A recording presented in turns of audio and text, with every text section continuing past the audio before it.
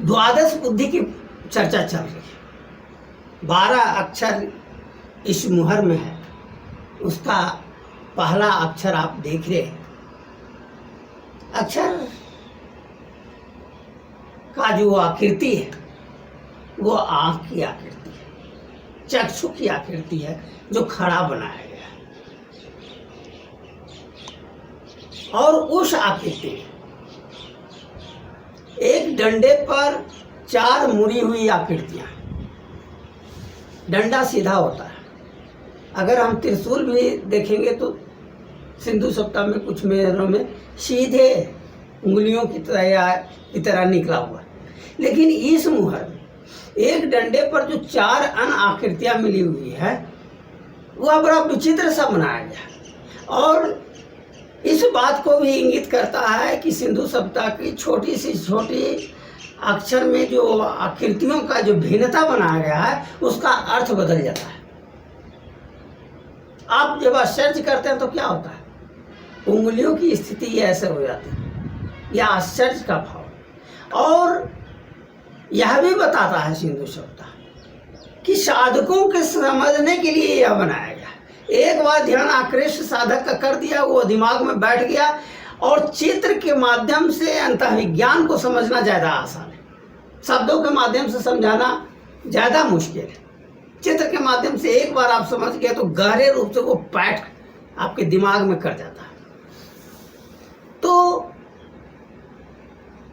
एक डंडे पर 4 आकृति, 4 डंडे बने हुए हैं, कुछ सीधे कुछ टेढ़े, या इसे आप मधु रूप कह सकते हैं। मधु रूप क्या है? मधु रूप है कि जब आप मध का टपकना देखते हैं, मधु का टपकना देखते हैं, तो वह टपकता है और टपकने के बाद जब मधु टपक चुकता है तो उसमें एक जो लंबी आकृति खिंचाती है मधु का, उसका आधा से अधिक ऊपर पुनः खींचा चला जाता है। और पुनः जब मधु की मात्रा बढ़ती है और बूंद बनने की स्थिति तो पुनः बंद बूंद, वो पानी की तरह नहीं गिरता है कि एक बूंद सीधे गिरे, वो लटकता हुआ आहिस्ता आहिस्ता गिरता। गिर गया और लटका हुआ भाग जो तार की तरह लटक रहा है वह पुनः खींच करके मधु के पास, मूल स्रोत के पास चला जाता है। और पुनः मधु की मात्रा बढ़ने के बाद पुनः लटकता है। अंतर्विज्ञान की अनुभूति में यही होता है। शुभारंभ शून्य है और अंत में शून्य। वह साधक को लगता है कि अब हम पूर्णता को प्राप्त कर लिया और अगले क्षण लगता है कि वो पूर्णता बाकी रह गई, अभी और समझना, अभी और जानना है, अभी बहुत कुछ बाकी। और फिर जब अखंडता के दरमियान में आता है तो लगता है कि हम पूर्ण हैं। तो यह हमेशा साधक के मस्तिष्क की बुद्धिगत स्थिति। अभी आपको शून्य के बारे में समझा दें कि शून्य ऐसा होता है तो लगता है कि आप समझ गए, और अगले ही पल आपको लगेगा कि हम नहीं समझे, इसे और समझाने की जरूरत है। और यह जीवन पर्यंत बना हुआ रहता है।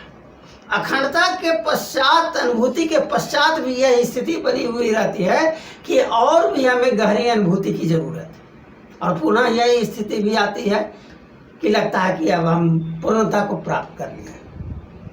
तो इस अक्षर जो आकृति है वो ध्यान देने की बात है। और अगर अक्षरों को ध्यान से आप देखेंगे तो दूसरे अन्य अक्षर की जो आकृति है उसको आप ध्यान से देखेंगे।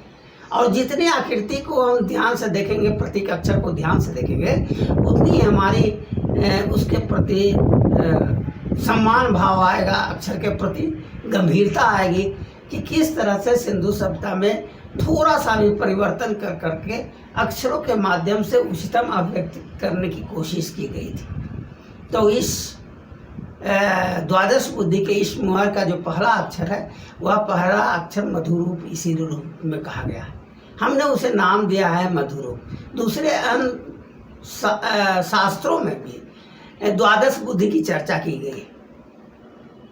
हो सकता है कि उसी परंपरा में कहा गया हो। सिंधु सभ्यता के लोग जो मुहरों पर काम कर रहे थे, उन्होंने परंपरागत रूप से किस्से कहानियाँ कहकर रीति रिवाज के माध्यम से भी द्वादश बुद्धि को बचाने की कोशिश किया गया था। वह विषय नहीं है, आज वह विषय नहीं है कि हम अखंडता की अनुभूति को प्राप्त करें, उसे समझने की कोशिश करें। तो इस पहले अक्षर में बुद्धि का जो स्थिति होता है, जो एक तत्ववेत्ता अनुभव करता है ज़्यादा गहराई में, उसे अंतर्विज्ञान के रूप में जब अभिव्यक्त करते हैं, तो उस पहले अक्षर को मधुर रूप हमें कहना ज़्यादा न्यायोचित बुझाता है। और परंपरा में भी बुद्धि का मधुर रूप के संबंध में व्याख्यान आता है, व्याख्या की गई है।